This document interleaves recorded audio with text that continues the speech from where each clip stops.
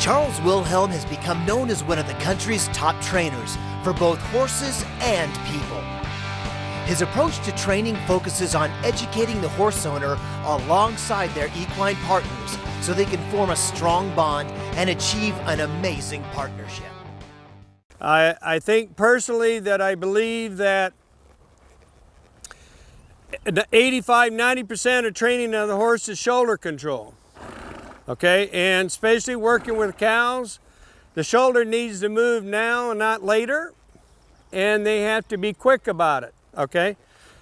But at the same time, we don't run them rushing through it either, okay? It's all done in a nice, orderly fashion, smoothly, and so that's what we'll start working on. Every horse is different. Some horses, I'll get them out and start loping first. If they're a little lazy, this horse is feeling pretty good. And so I won't lope her to get her warmed up, but I can trot her. And the first thing I'll work on is asking her to bend to the inside and give her nose. Now she's dropping this shoulder to the inside as I make my bend to the left. All right, so I'm going to use my inside leg and move that shoulder out by leaving the nose to the inside. Now her right shoulder is going to the right, it's bleeding to the right. So I'm going to close up the right rein and put her back on that circle because we want a soft bend through this horse's body. Now she's doing pretty good here. She's got a nice little arc. I see a little bit more of the eye than I like. I like to see just about a quarter of the eye. And then once I feel she's there 3 or 4 strides, then I'm going to change reins and go to the other side. My hand position is important. Okay? And to remind you, every horse should do this. My hand position is down here by my knee, or just above my knee. Okay? And I take the slack out, I feel contact, and I'm waiting for her to give. If I have one that's a little abrasive, now this shoulder just went towards my cameraman, so I'm going to use my outside rein to bring her back in and get control of her. And we'll go over a lot more of this in effective riding, okay? But first, we have to have a horse thinking about us. We have to have him supple, bending, following our direction. There, about 4 or 5 strides.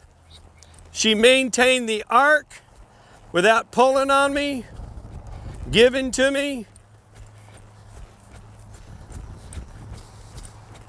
And then change reins. She did really well on that side, so we're going to change reins. Something that's important here, and you'll probably hear it more and more, is horses learn by mistakes. If they don't make a mistake, we can't train them to let them know what we want. Sometimes people get hung up on the word correction. Correction doesn't have to be a negative. So when the shoulder moves into my inside leg and turns too quick like that, the correction is I pick up on the inside rein, use the calf of my leg, move him out. Now you notice that I move the horse out a little bit to an extreme. Well, if I just pick up on the inside rein and just pick up the shoulder without movement, lateral movement, it's going to take longer for the horse to learn the lesson. All right? So if I use the calf of my leg and get that shoulder to move out, then it's going to think twice about it the next time. Now, once I have the horse bending in a nice circle, then I'll go for vertical flexion on that same circle. I've already created my bend, and remember the outside rein controls the amount of bend, and I'm looking for the nose to come towards the point of the shoulder. And then you're asking, well, I thought this was all about cow work. Well, you can't chase cows down a fence if you don't have control of them. And if you ever been on a horse that's stiff, like some of these posts that we got, You're not going to be able to turn him into the cow. Okay? So once we've done that, now she's doing pretty good. She's staying.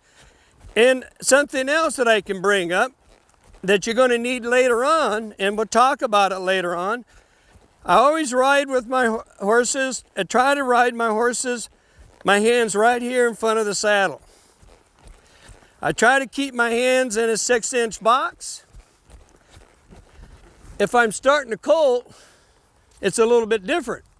If I'm riding a colt for the first time, I got my hands out way like this, trying to keep straightness. Okay, but as the horse understands the rein aids, then I'm going to try to always ride with my hands right here in front of the saddle. All right, now we got a nice softness in the neck.